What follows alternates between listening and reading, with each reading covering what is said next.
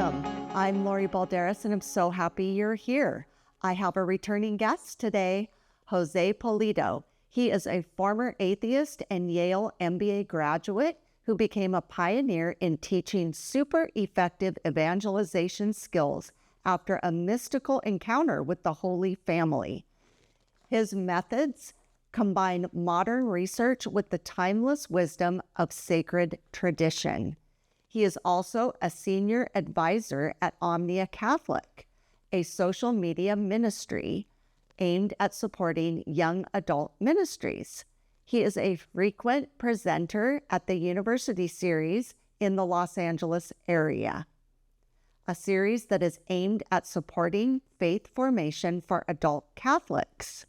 He is also a member of Fruitful Futures Project, a nonprofit dedicated to helping others find fruitfulness in their callings.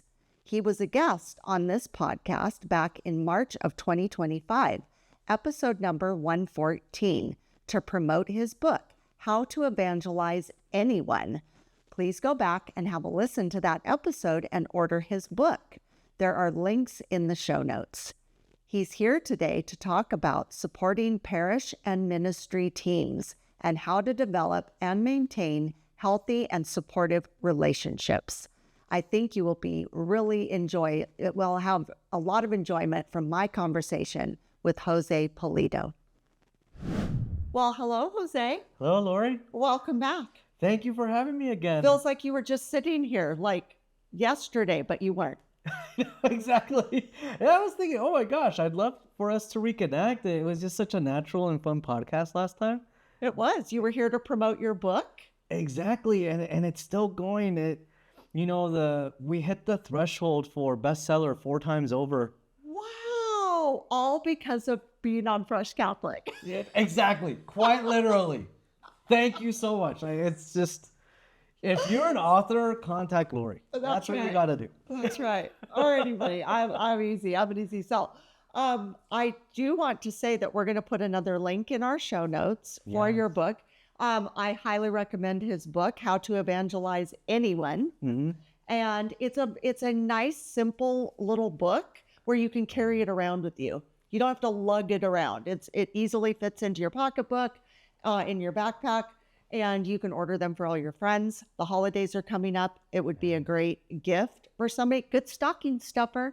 It really is. It's designed for the busy Catholic. Yes. Like, if you only have time for 5 pages a day, you will find practical advice for evangelization that will help it be life-giving for you.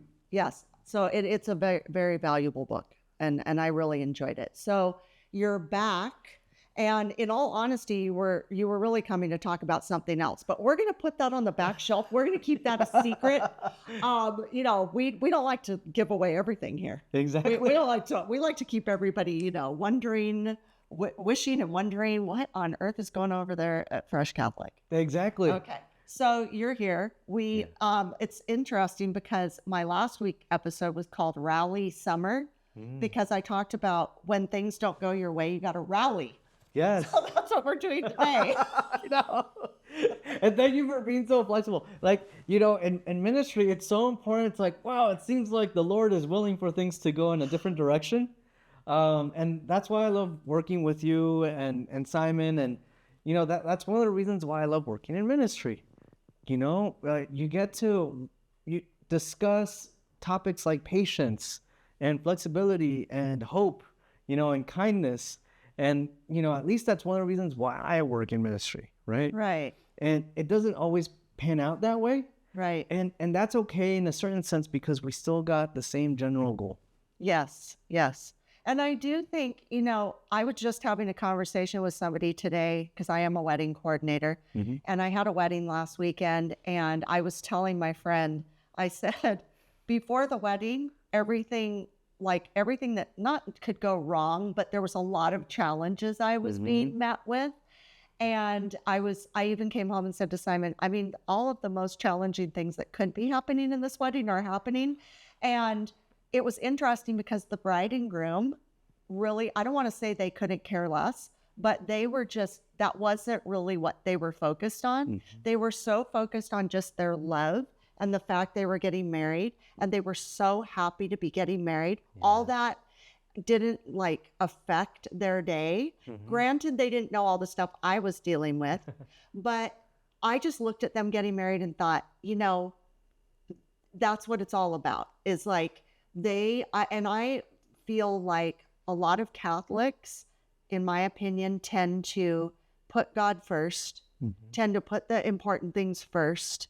And I think like in secular marriages or secular weddings, they're so concerned about things that aren't important in the long run. These two people want to get married. It's a sacrament. They're there in front. I said to my friend, I go, Jesus is hanging on the cross right behind them in this wedding. And I think they're thinking, let's not complain. Yeah. Let's just be happy and get married. But I do think that, just in our world, there's a lot of things that we're met with, a lot of challenges, a lot of things that we have to deal with. And how do we deal with them? And how are we going to bounce back? So that's where the rallying comes from. So I appreciate that today we rallied. Yeah, Here we are. We're going to switch topics a little bit. And so I think that's great. So you're here now to talk about ministries and things about that. So you tell me, what do you want to talk about? And then let's have a conversation about it. Absolutely. The topic of ministry and, let's say, parish staff life, something that keeps on coming time and time again as I talk with pastors or senior leaders, even senior volunteers, is, we're expecting one thing and we get another. We're expecting, all of us are in it for faith, hope, and love. All of us are in it for virtue, And then sometimes the team dynamic doesn't pan out that way. And it's like, what do we do? And I want to highlight some things that even in a tumultuous dynamic, why there is a lot of reason to hope, and also what can we do about it, right? Great.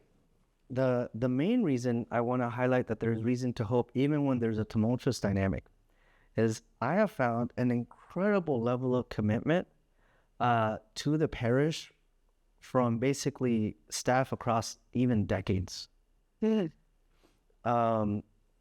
Pastors and senior leaders tend to be very reticent to fire employees. And from my perspective, that's a message we need to share with, people we love who are in secular settings. The reason for that is in a lot of secular environments, employees are seen as, human capital. Like you are someone who is defined by the output they produce. Right. That said, at a parish or let's say a Catholic school, it's more like you're someone who's defined by your human dignity. Right. Like regardless of what sort of tumultuous dynamic we are in. And even though that tumultuous dynamic can be very difficult, at the very least, there is this idea of like the parish is committed to the employee and the employee is committed to the parish. And with that, you can have the potential for a lot of honest conversations.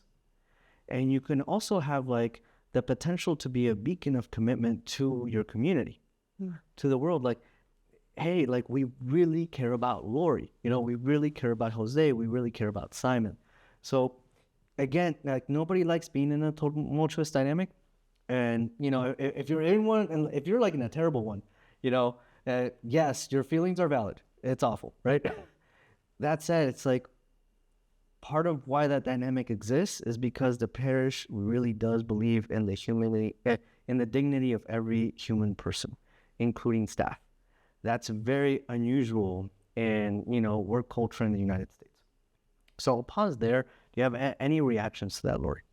Well, I think one thing that when we talked briefly before we started here, I'm on a church staff. So some of my listeners might not know that, but I work at our parish and I'm the wedding coordinator there. And I'm not there like all the time. Like I have my own hours. I set my own hours because of the type of job I'm in. I don't need to be there 9 to 5. I need to be there when I'm working on, a wedding coming up. Working on one. And so I am not a part of the all day, every day, like the rest of the staff. They spend more time with each other. I'm kind of in and out. And I know when I got the job, Simon was very concerned for me because I was very fresh Catholic. I had just come into the church like 4 years prior. Oh, wow. And I was, just deeply, deeply in love with the church and the faith. And You dove right in. I loved it so much. And then I got this opportunity to be the wedding coordinator. And Simon was like, I don't know, I'm worried because I'm afraid that you're going to see like the underbelly of things going on behind the scenes, and it's going to hurt you. It's going to break your heart, I remember that because I thought, oh gosh, I hope not. And he was very concerned for me. And so I think I went into it, cautious, but not like with that stuck in my head that, oh, this is just doomed to fail and I'm not going to like it.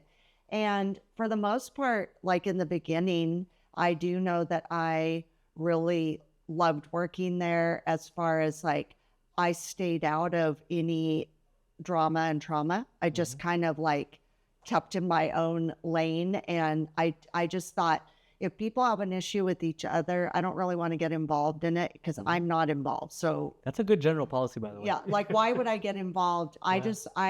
I was kind of just trying to be there for everybody and not be disingenuous, not by like, hey, you're great, but didn't think so. And then, I wasn't doing that, but it's like, I didn't want to get involved in all that because I was just trying to stay focused on my job and the positives of it all.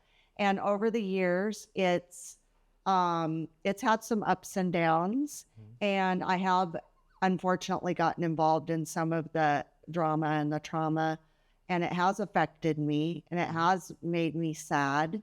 But ultimately, my love is for Christ. It's for Christ. And my focus is on my faith.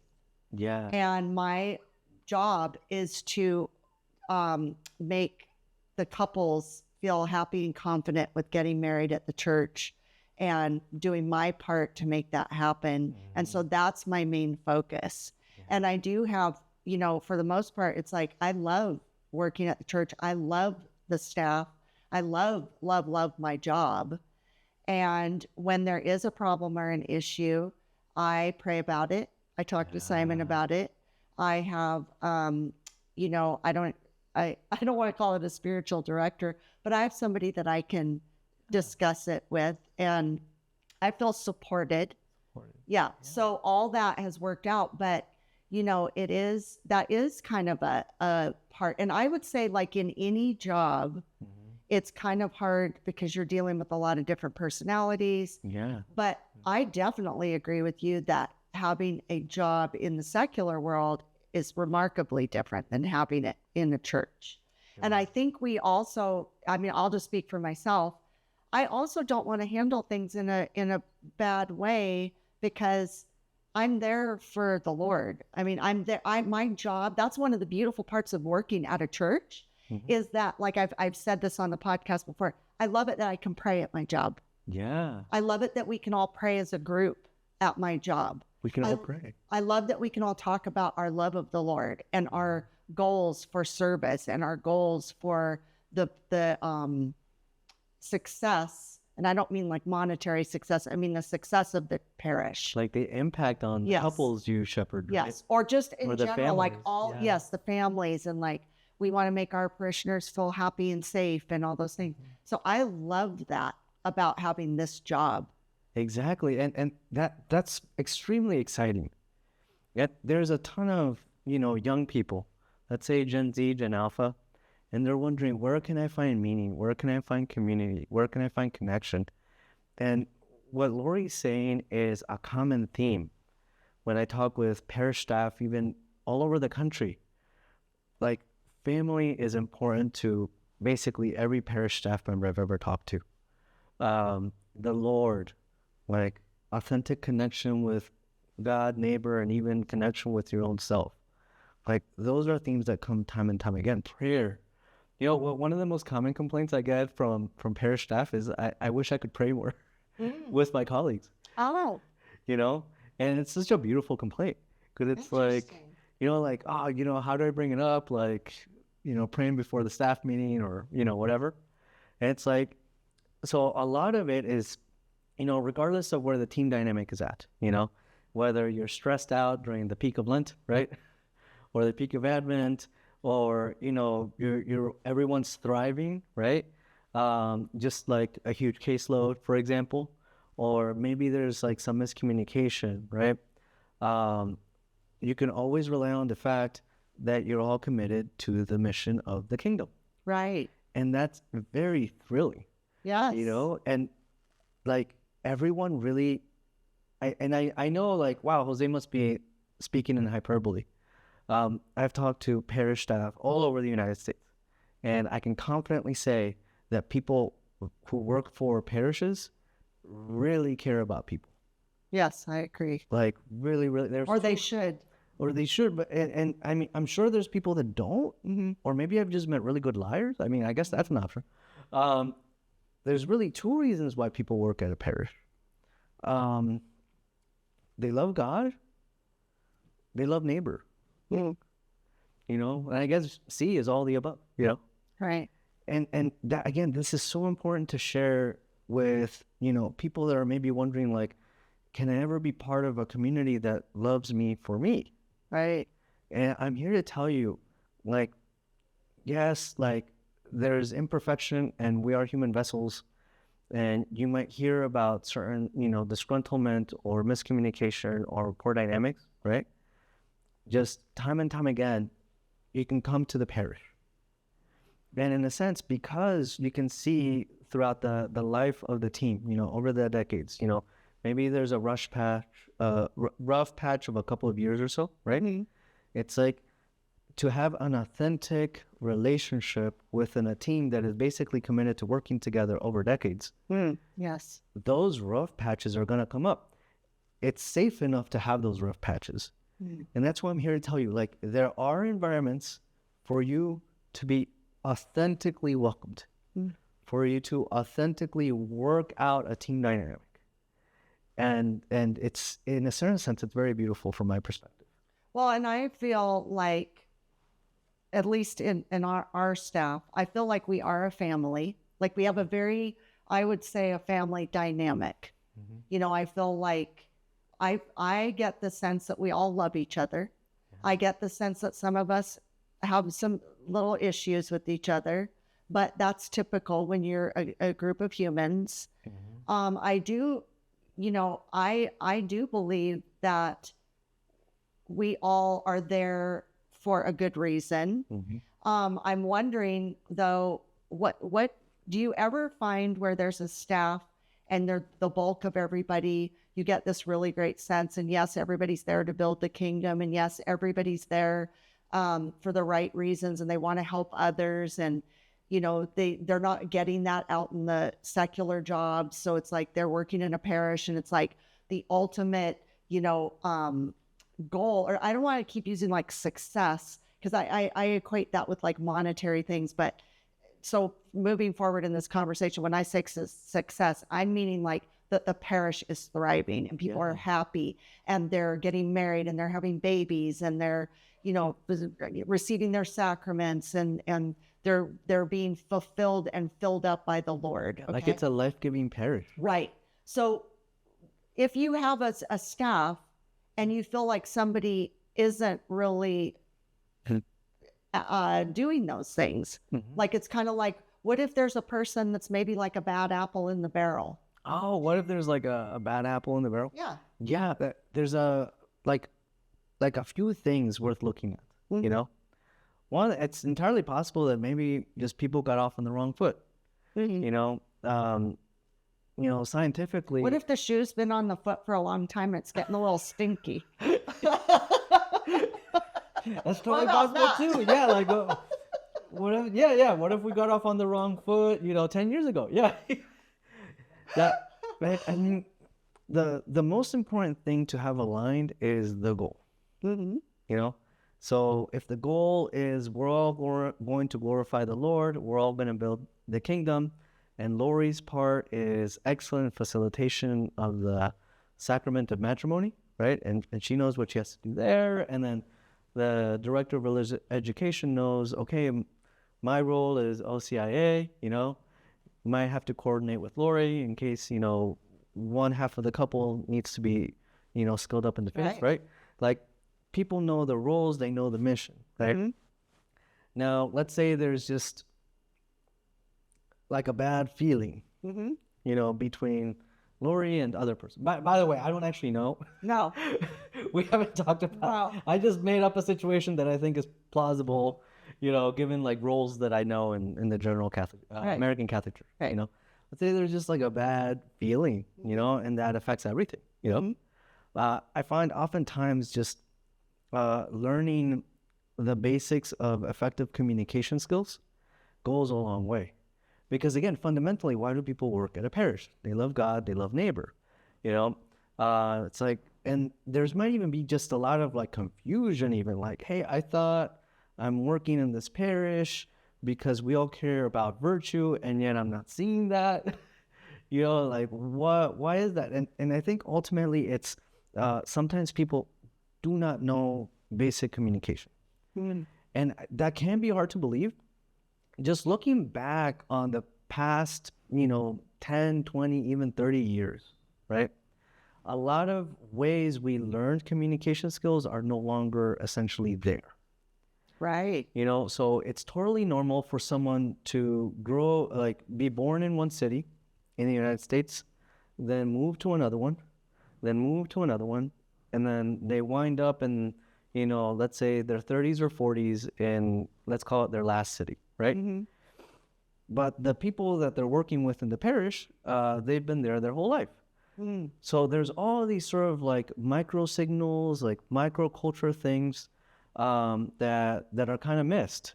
You know, for example, one of my favorite facts is, you know, it's very poor behavior in California to honk at people. Mm-hmm. You know, like that can start, you know, a lot of things, you know. In the East Coast, you know, it's how you say hello to your friends. Oh. You know, and it's not something that you can readily find on Wikipedia. Like, you know, it's like those little things, like, and I know it's like, that's not a little thing. Someone just honked at me, Jose.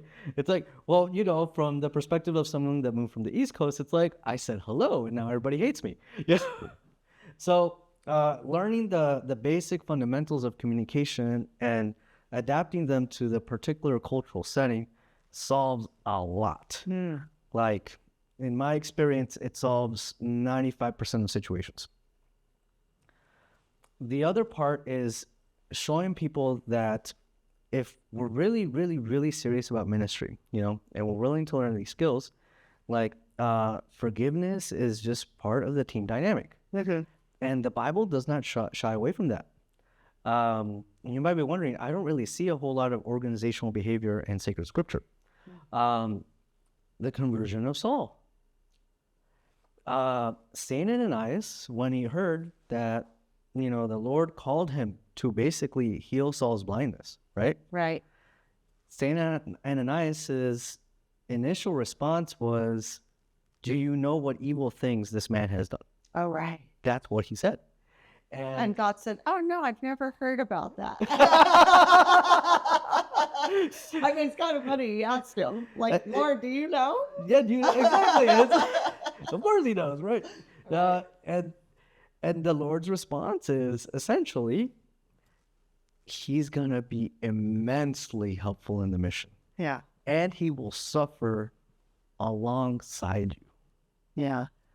And this is like one of the interesting tidbits about working in ministry. Like, this concept of redemptive suffering actually does carry a lot of ministers through the difficulties. Mm. For like particularly redemptive suffering for the kingdom. Mm. You know, you talk to even a catechist, like a volunteer position, right? They work hard. Like, they have a full-time job typically. And on top of that, they'll still dedicate 20, 30 hours a week Wow. to faith formation of these students, Yeah, that's true. of their They do give families. a lot of time. And it's one of the harder volunteer positions, you know? And it's like, wow, I'm doing this hard thing. I'm not sleeping as much, but I'm willing to do it for the Lord. I'm willing to do it because I see the Lord in these children and in these parents, right? So again, like, are there bad apples? Absolutely. You know, like, just, I like to call it more like, is there like a really difficult dynamic, you know? Because then the dynamic's the problem. And then, okay, let's insert, you know, communication skills. Let's insert good leadership skills. Let's show them how these skills are biblical. You know, like the Blessed Mother's communication style is actually really helpful for de-escalating situations. She communicates her emotions very bravely, very clearly. She articulates how they're directly connected to the Lord, and that's just good practice.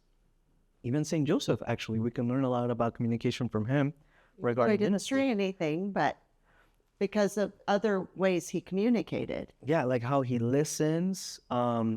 It's very important. Even the one thing he says one word. He said one word. Yes. I love it. Matthew 1:25, and she brought forth her firstborn son, and he, Joseph, called his name Jesus. Oh, okay. Well, if you're going to say one word, then that's a good word. Yeah, exactly. Right. Like, it's powerful, because if you look at how St. Joseph was, you know, how God's grace intervened in healing that dynamic, right? Where at first he thought one thing, and then his life got turned right side up, you know? Essentially, what turned things right side up, very key thing, was the angel of the Lord reminded Joseph who he was, who the Blessed Mother was, and who that baby in the womb was. And that's key for ministry, and that's key for basically anything. Where it's like, you know, do I remember who this person is?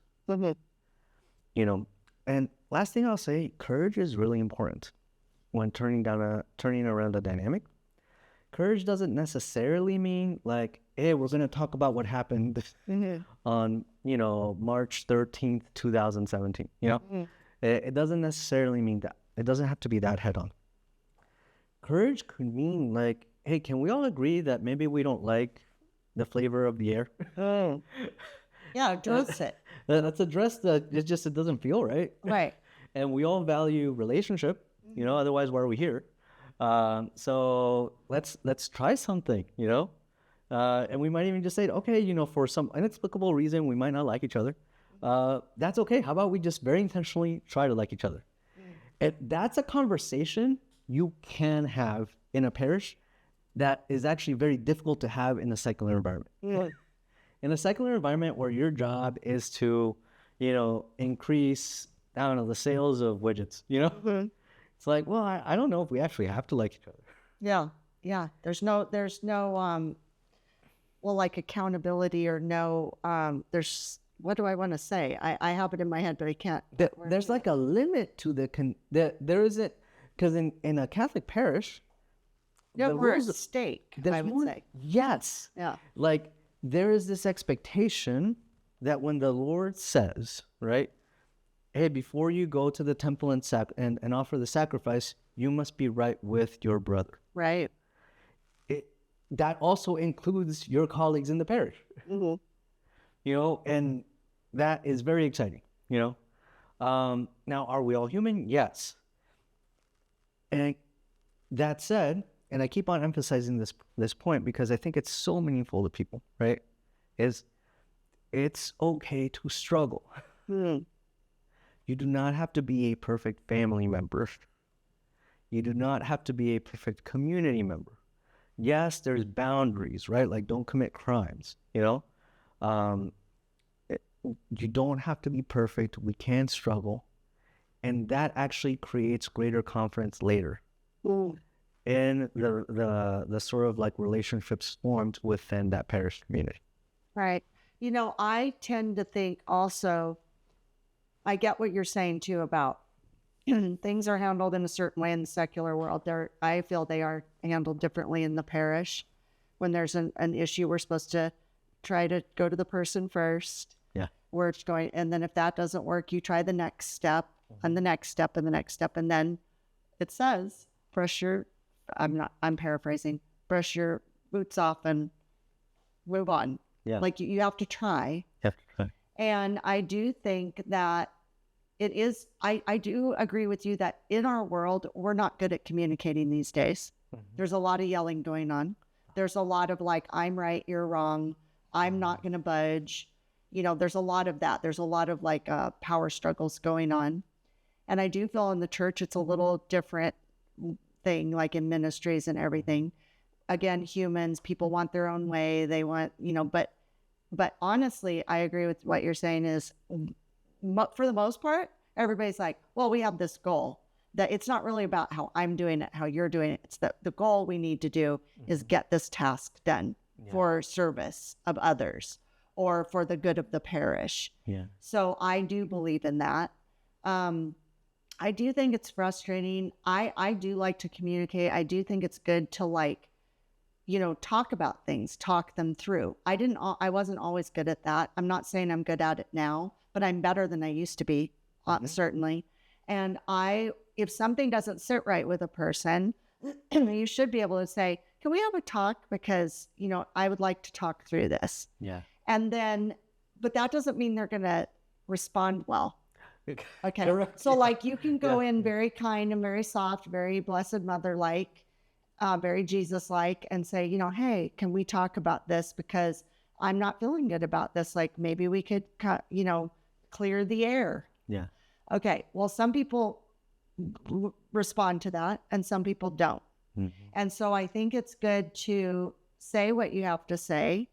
If you're met with resistance, I think it is good to set up some boundaries to not, you know, like to protect yourself, to protect your heart, to protect your soul, to not get sucked into negativity that's then going to hurt yourself in the parish, you know, because you're, you know, you don't know this person, you don't know their motive. You're trying to be peaceful and they're not responding. Yeah. So I believe, correct me if I'm wrong, but I believe that then you have to say, okay, well, I tried.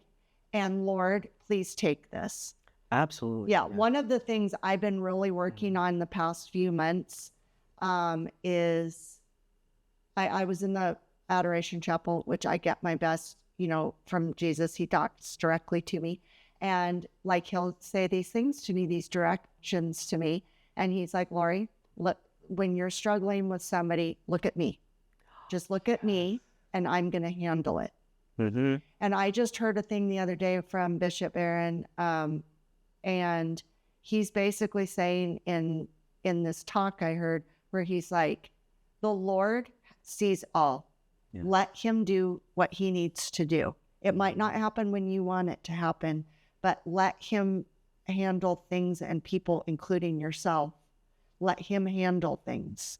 Yeah. And you just, you know, don't fall into sin because of somebody else's reactions to you or actions to you. Oh, I love that. And I want to piggyback off of that to give some people relief.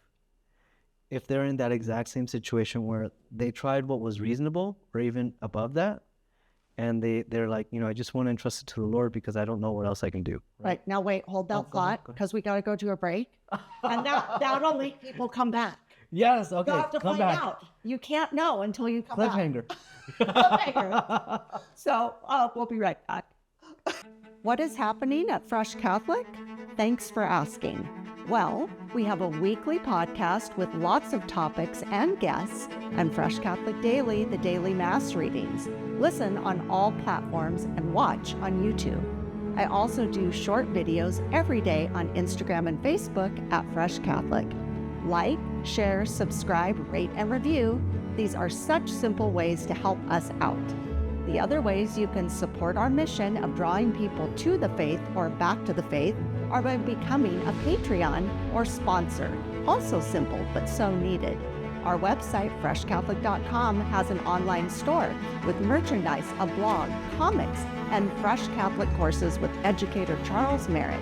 with the Hail Mary, the Our Father, the virtues, the Ascension, the Magi, the Visitation, the Ten Commandments, Sacraments and Grace, Sin, Advent, Angels, Lent, Typology, and even some Bible study courses. Wow, that's a lot. Please share all of this with everyone you know and join the Fresh Catholic family. And remember, be focused, be faithful, and be fresh. And we're back. Okay, geez, I was on the edge of my seat. Quick, get through that commercial. Okay, yeah. I didn't mean to interrupt you, but I had to interrupt you. Oh, it's totally fine. Like, so for those folks who are, I really tried my best. I'm a gentle soul. I'm not in this because I like to fight, sort of thing. And, it just didn't pan out well. Like, Lord, what do I do, right? There is a really encouraging option, and that's have even deeper relationships with the people that are receptive within your staff team. Like the answer is actually, more love in those who are receiving it. And there's a reason for that, or at least two that I can name right now. The first is our emotions really affect basically everyone in the room, So if, you're deepening like even a great relationship, you're taking a great work relationship to even better heights of love and charity, right? Of hope and of faith and etc. That actually affects the other people within the parish just by it existing, So that's wonderful news, because it's like, oh, what can I do? Well, have an even better time with, these two people that you really resonate with. Right. So that's one thing. And the second thing is, our Lord says it so plainly, love God with your heart, soul, and mind. Love God with all your heart, soul, and mind, right? Love your neighbor as yourself, So when you're having this dynamic, a positive dynamic with someone, you're loving your neighbor as yourself, it just like, it lives out the theology really beautifully. So again, if you're like banging your head against the wall, it's like, what do I do? This person is not receptive. It's like, then invest your love in the people who are. And then that affects the, the sort of like the side conversations that you're not part of. It's like, oh, wow, Lori was just so nice. I told her about, my niece's, confirmation, and, Lori brought something to help, augment her dress some way. And, I was just really surprised because, she's so attentive, right? Like, those are the sort of conversations you want in a parish, right? And then you as well regarding your friends. It's like, oh, wow, Jane, she's so amazing. She brought donuts for everybody, even though she didn't have to. Like, she's just such a generous woman, right? And the more people talk about each other that way, even though it's not directly with the person who's quote unquote bad apple, right? It does affect. Right. And it's life-giving. Right. Yeah. And it's also safe. It's not a risk to love someone more with whom you have a great relationship with. Right. Well, and I do think, I would say that one of the concerns about, when you're in a staff or in a ministry or in a parish, and there are some negative things, Satan loves nothing more than to stir the pot and to cause problems and to cause doubts and to cause animosity in between people. He doesn't want everybody to be happy and working things out. So I do think it's really good to not let it pull the whole ship down if somebody's having a struggle. Maybe they're in a, like we're joking, not joking, but maybe it was something initially, or maybe it's something where there's a problem that right now isn't going to work out, but maybe it will later. Maybe it won't work out later.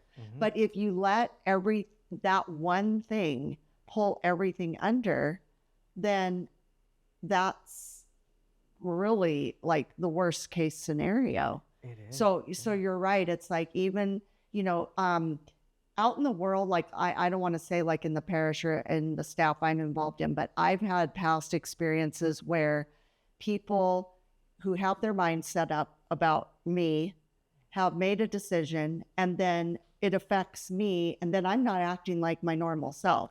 I'm acting like this crazy lunatic person. And I'm thinking, wait a second, who is that person? Because I'm listening to the chatter in my brain telling me, oh, you're a horrible person, you're this and that. And so then it kind of does morph you into somebody you're not. And it's false. Yeah. The chatter is false. Yeah. So if you can say, okay, like I've had to make a decision. I actually didn't make this decision. I was in therapy and my therapist said, Lori, there's certain people that don't like you. So you have to just get it and not agree with it, but just say, okay, they don't like me. I'm not going to change their mind. It's like the acceptance. Yeah. And she said, quit focusing on it. You're putting so much effort and focus on it that you're not focusing on the positives that you have going on in your life. So they just leave them be and go, like you just said, focus on the people that love you, or focus on the things you can do that are positive for other people. Because I do love that about my life. Like one of my favorite things about life is, what can I do for somebody else? I like to do service for other people. That's like my love language to other people. It's like when my kids were being raised, I loved to cook for them and clean for them, and they appreciated it and they loved me. And that was what they, like they would be so grateful and had such gratitude for me. And so I loved like doing that for them. I love, taking care of Simon. He's a lot of work. No, just kidding. No, we love you, Simon. No, I'm just kidding. I love doing that. That's why I like to be a wife, because I like to take care of my husband. Wow. That's like a thing. And so I think, when somebody, whether in your family, in your work, in your world, is just constantly bringing negativity to your world, my belief is I pray for them. Yeah. I ask the Lord, like, they must have something really sad and dreadful going on. I don't believe people just have these ways without there being a reason. Exactly. There's always an origin story. Even Disney villains have an origin story, I think Cruella had a movie. She did. It was great. You should watch it. It was amazing. It's like, because that's true. People have an origin story. And some people can come through that and some people can't. And some people don't know how to handle situations or people. Exactly. And that's the thing, right? Where a lot of the question of like, what is expected of me, right? Is like, you have a measure of love you can give. Give what you can. That's so important. Within that context, right, of, gosh, what do I appreciate? I want to highlight something, that humanizing someone just goes such a long way. And by the humanization is just like hearing about their personality. Like, do they like chocolate chip cookies or like, coconut or whatever? I'll give you an example. I was working with someone that like, she herself considered like, wow, why am I not fitting in with the rest of the group? And like, she said something that I wished everyone in the parish had heard, that would just totally melt everyone's heart. At least like to kick off like a better dynamic, right?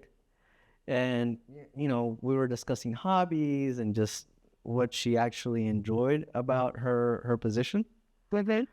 And it's like, so what do you love about your day? She said, you know what?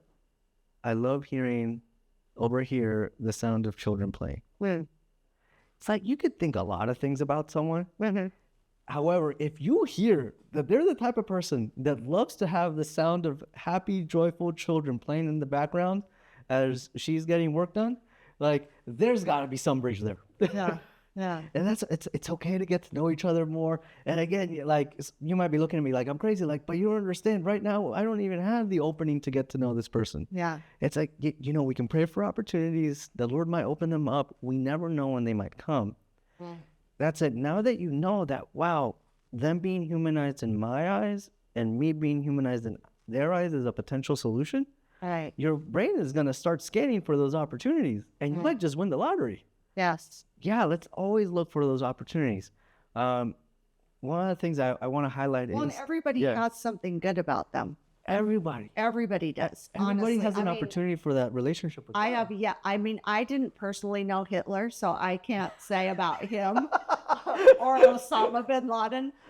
Those are the two, most challenging people in history. But so I'm not going to, we'll put them off to the side. But I would imagine, like in my mind, even people I struggle with, I can find something positive to say about them. Exactly. I think everybody has something. Everybody has But something. again, it's like you don't know their origin story. You don't know why they might be struggling or having a personality issue or something. You don't know what people are going through. You don't know what's going on in people's lives. And some people don't even want to share that. And it's festering in them. Yeah. And sometimes you can break through that and you can help them. Or like, I appreciate what you just said about if you see an opportunity or find an opportunity, that is God like giving you a nudge, and like trying to get you to, they might slam the door in your face, but you need to like try. Yeah, exactly. Right. And then if you try and you can back off a little. You don't have to keep, that's why my therapist was saying, because that's what I was doing. I was trying. And she's like, stop.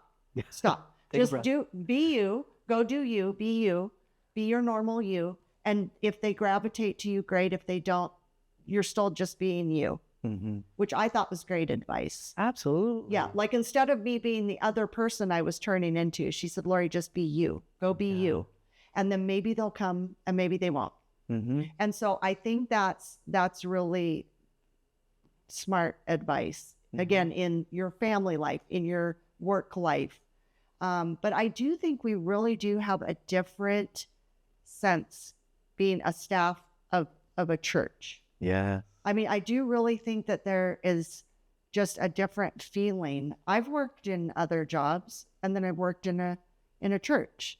So I do think, there are things that I wish I didn't know or knew about, but it's just, I can handle it. I'm a grown up. Yeah. But Simon was right. It does make me sad sometimes because, I don't want people to be at odds and I don't want people to be struggling with each other because I do want everybody to kind of be focused on the end goal. The end goal. Exactly. And, I love that we're highlighting this contrast, right, between other positions and careers versus working in service of the church.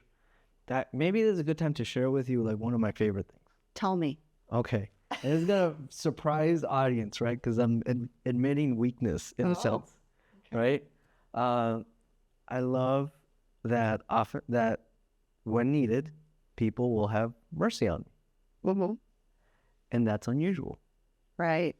I remember I was talking with a very respected priest. We'll put it that way. And I, messed up regarding marketing, And I said, hey, we're going to have to slide the series to another month. Really sorry about that. I'm going to try to make it, square by offering this additional work.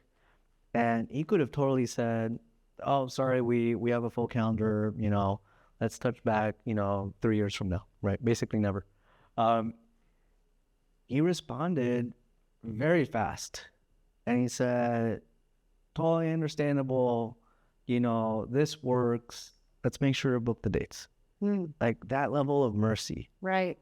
And I think, we as humans, we're so hungry for reasonable things.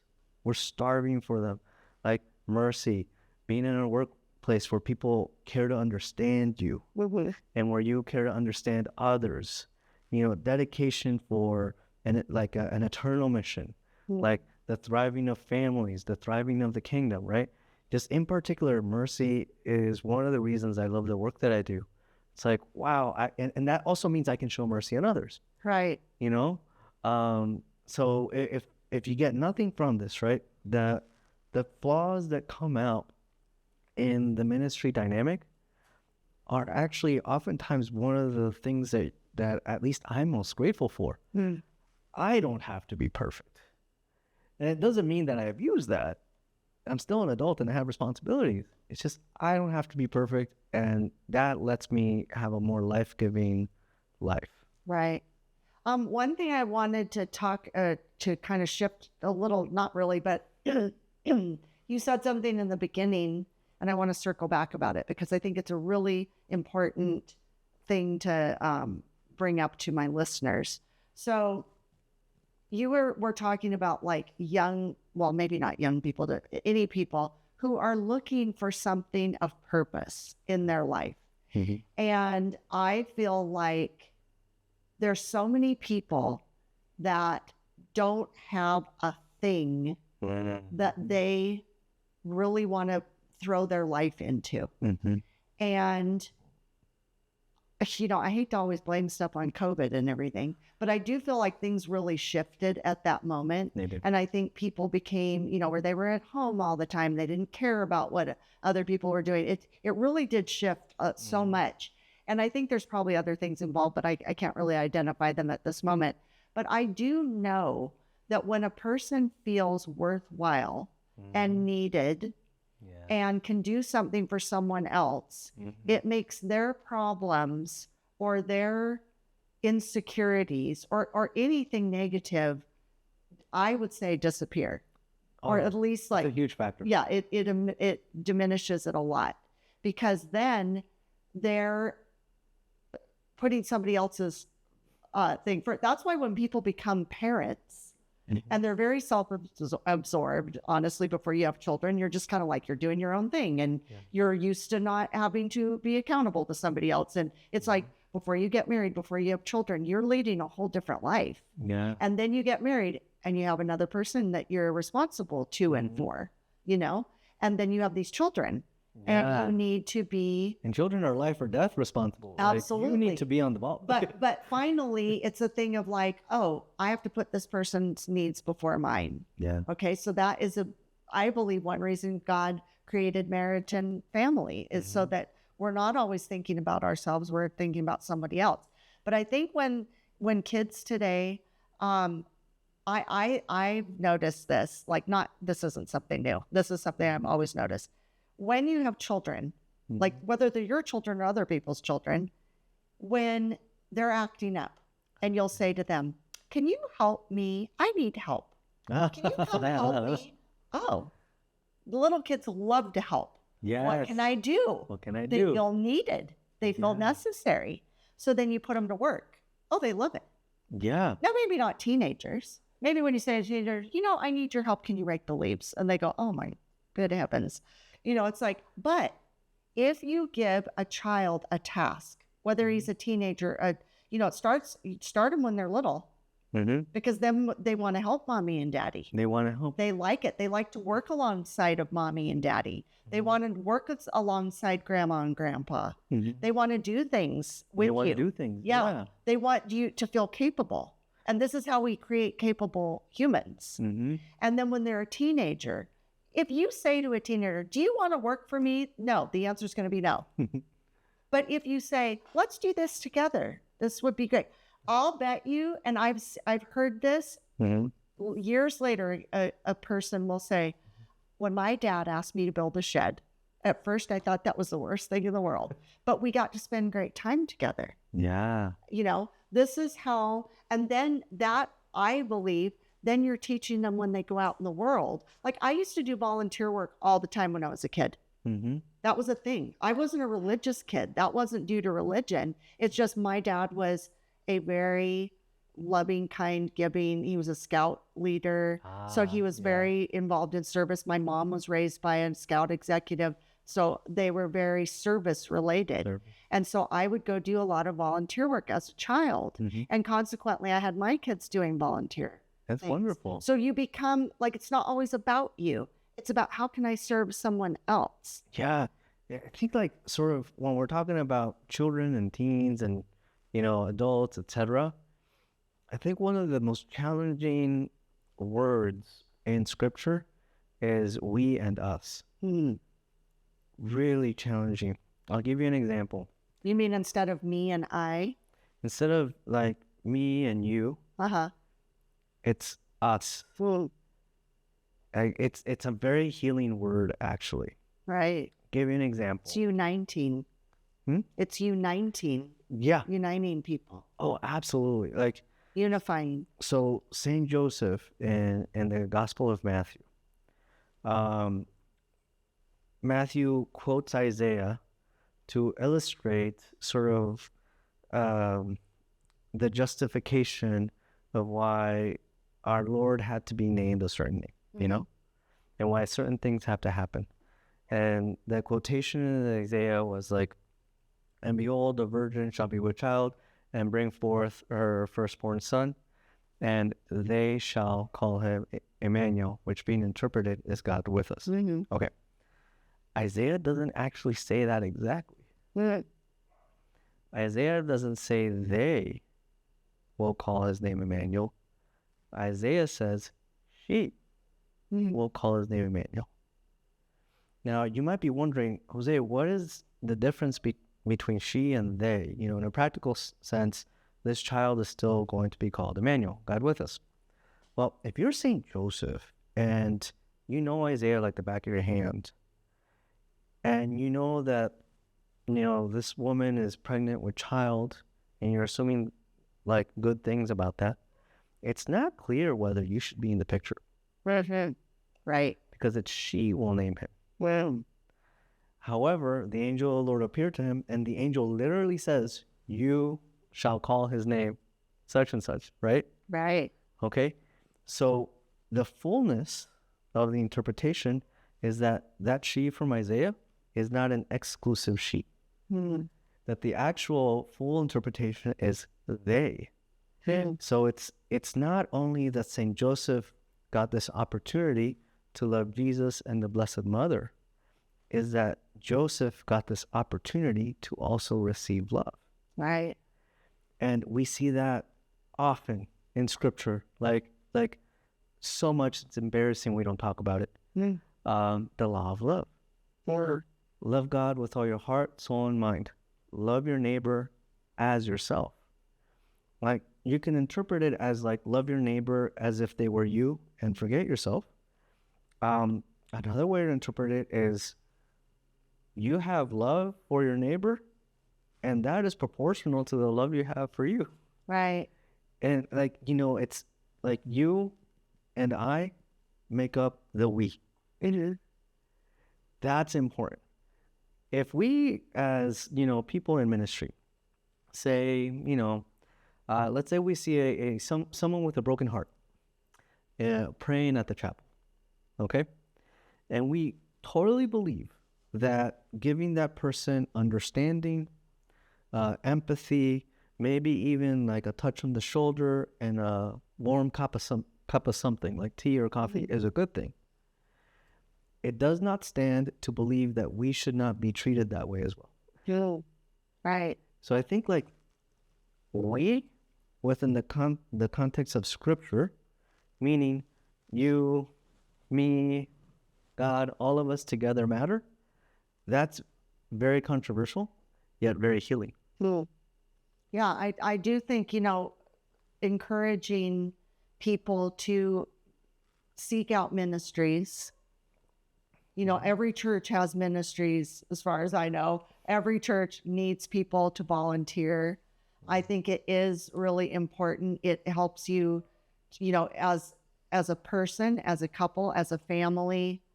It's just good to do for others. Yeah. To teach your children that it's not all about them all the time. It does make, I mean, I just think that's what makes it all run beautifully, is when it's all hands on deck. It's all hands on deck. Yeah, it's not like one group does everything and then you're, you know.